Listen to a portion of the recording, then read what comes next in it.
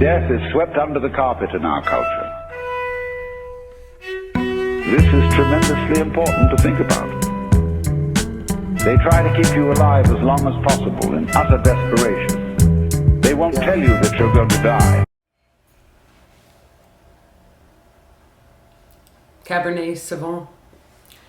Hey, welcome back, Jack. If you feel like hanging out with me, an old gal who likes to keep things light by talking about ego and death, you're in the right place. Today I'll be reviewing two books. Ego is the Enemy by Ryan Holiday and The Denial of Death by Sir Ernest Becker. I don't believe Ernest was actually a sir, but between his amazing name and insight, I think it's justified to call him as such. I figured I would review both of these books at the same time because after reading them in quick succession, I kind of came to the realization that the fear of death is fueled by ego and vice versa. So I thought it just made sense to marry the two for this week's review.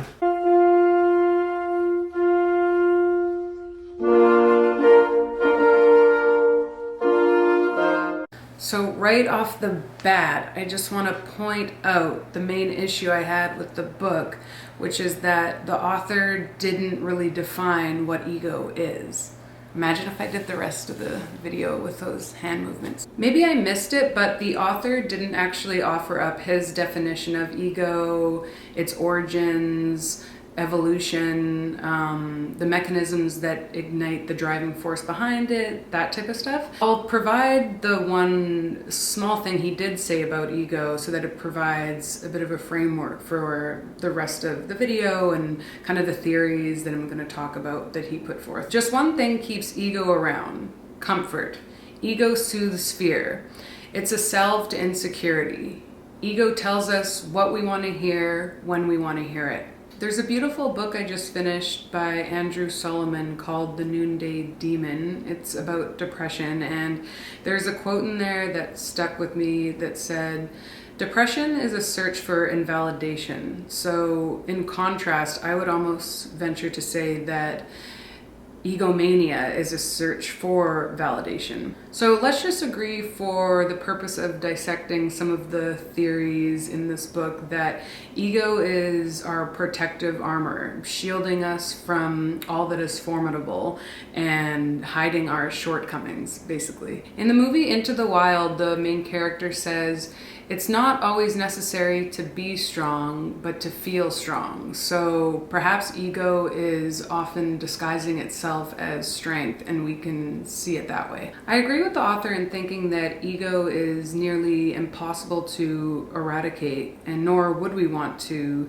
completely make it disappear, because then we'd have an almost Atlas Shrugged situation on our hands where people refuse to be productive or refuse to work in any capacity. Up to a point, ego does help us develop confidence, it drives ambition, creativity, all that good stuff, but we have to keep it in check instead of letting it dictate our every decision. And again, I think that's what the purpose of Holiday writing this book was, is to maybe make it obvious when ego's good and then point out when it's bad. We have to be constantly pumping the brakes on our egos so it doesn't get away from us, or maybe more appropriately put, it doesn't get away with us.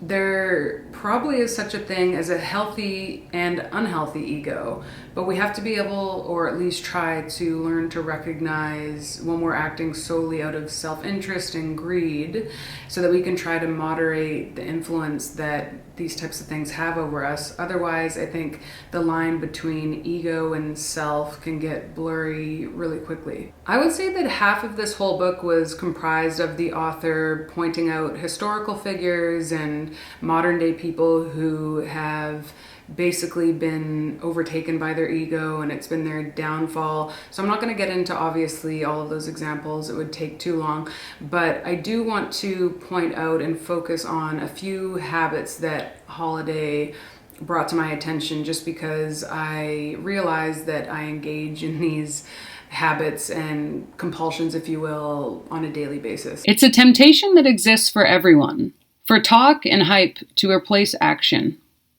This was a quote that resonated with me, as well as a chapter where Holiday talks about daydreaming and inaction. I found this fascinating because I'm guilty of a lot of the bad habits that he mentions. Daydreaming about things you want to accomplish instead of working towards them or telling people that you're going to do something before you actually do it are tactics that are catering to the ego, which makes sense because you're basically feeling the high and praise of achieving something without even lifting a finger to do it. I've told multiple people that I'm going to publish a fiction novel one day, a children's book for my nephew, do stand-up comedy, and move to a different country. How many of these have I accomplished? Let's just say I have a hard time even writing Christmas cards, let alone a grand novel. I'm sometimes anxious speaking at a work function, never mind stand-up comedy, and I live 2 minutes away from where I grew up, yet I claim that I'm going to travel the world. Any day now, I guess. Some of us find it really hard to commit to working on projects that we want to complete because we think we may not live up to what we thought we were capable of. It's more comfortable for us to be wrapped up in the warm arms of our ego that sells us a simple mantra. I could do this, but I choose not to. The ego clouds our judgment and encourages us to act impulsively when we really should just be focusing on detaching ourselves from our immediate desires and what's expedient for us. And we should aim to be like a kite and just float above situations and see if we feel the same way about them the next day. Quote, ego is stolen, confidence is earned. One of the reasons I initially didn't want to create a YouTube channel was because I didn't want to join the virtual sphere of people pumping out content and be involved in kind of the rat race, which is YouTube. And I also wanted to hold on to some semblance of privacy in a world where it's becoming nearly impossible to do so. I think this was definitely fueled by ego at the core of it. I, on some level, probably wanted to feel superior to other people, and sometimes I think when people act as a contrarian, they hold it as a chip to feel distinct and holier than thou and want to be seen as more unique than other people. But I think the most unique thing you can do is be fully yourself and embrace that consequences and trends be damned. When we stop performing for other people and more importantly stop performing and putting on this act even with ourselves, I think that it will help us to end the neurotic mind games we find ourselves constantly playing, and maybe then we can strive to be fully authentic and not artificial. One thing the author doesn't mention much, or I don't think at all in this book, is status, the dangling carrot in our society. And I think when our lives revolve around receiving recognition and receiving praise, we're getting into undesirable ego territory. And it seems as though most people want status to get something or get someone, acquire something. Not always, but I think people who are seeking status are seeking power to improve often the lives of themselves, not other people. Ergo, the pursuit of power and status seems to often be for the sake of something. Now and then we should aim to do something for the sake of it, just the thing, and live in the moment. Now it's time to address the cold chill in the room. Death. Oh, death, you unforgivable oath. Why I oughta. If you're one of those lucky lads or lassies like myself who chronically ruminate about death, you'll be pleased to know that the author of The Denial of Death, Sir Becker, believes that it's because we're under no illusions as to our creatureliness, which leaves us more paralyzed about our expiration than the average person. He believes that civilization as we know it has been intentionally cultivated to shield and protect us from the reality of our own mortality.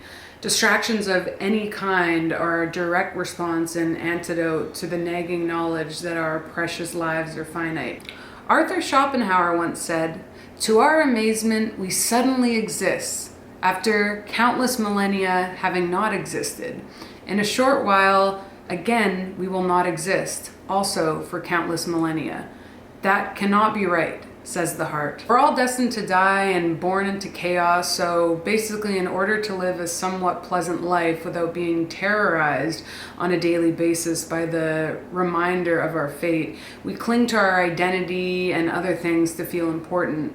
Becker claims that we've all developed a hero complex, which acts as an immortality vessel, if you will, and aims to give us meaning in the now and beyond our own lifespan. So the hero complex is probably what you would think. It is, we basically make ourselves feel like we're 10 feet tall so we can accept the kind of harsh reality of the life that we're just thrown into. And we do this because we need to feel important in some way. Otherwise, it's kind of suffocating to think that we have no purpose. So we're obviously the center of our own lives and universe, and we believe that we are essentially like a hero in a movie, that we are very moral and good and our way is right and we're extremely important and have influence in the grand scheme of things, which of course we don't, but that's why we developed it in the first place, so that we don't have to really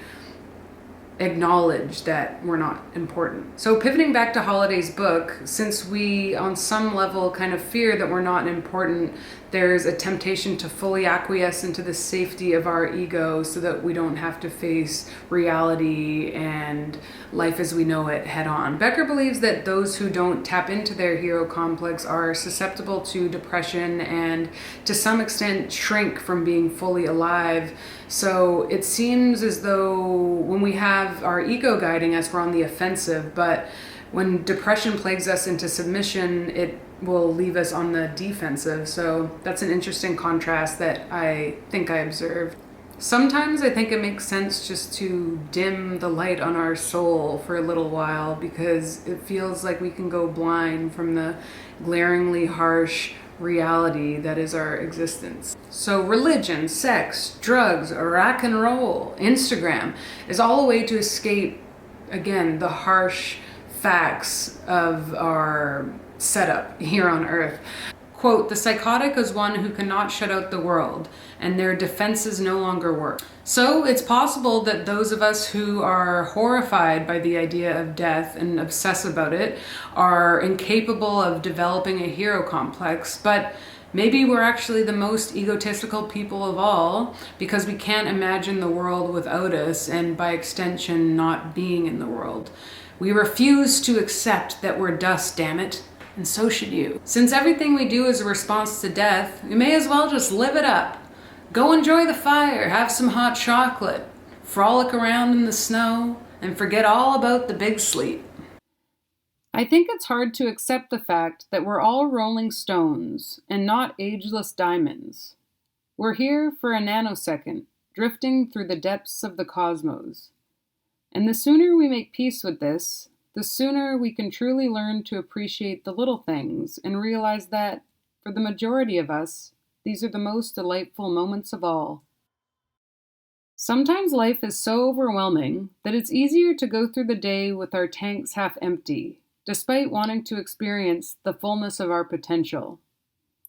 Though most of us fear that we are insignificant, I think, to some degree, it's our boundless lust for living and recognition that we can be remarkable that takes our breath away and challenges us to jump into unexplored waters instead of wading in the shallows.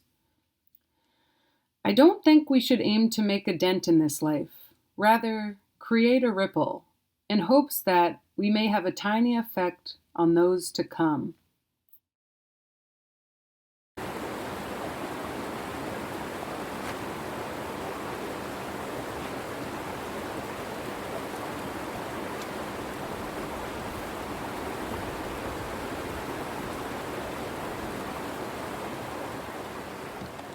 Only got one life, it could be gone fast, quicker than a car crash, blinking then it's all past. Life is beautiful, I take a deep breath, living every day like I've only got a week left. It kinda hurts when your mind is overworked, but we've gotta make the best of our time on this earth. A blind man sees better with his hands and his words than a closed-minded fool with his head in the dirt. Kind of a weird feeling you get when you really think about that. You really imagine it.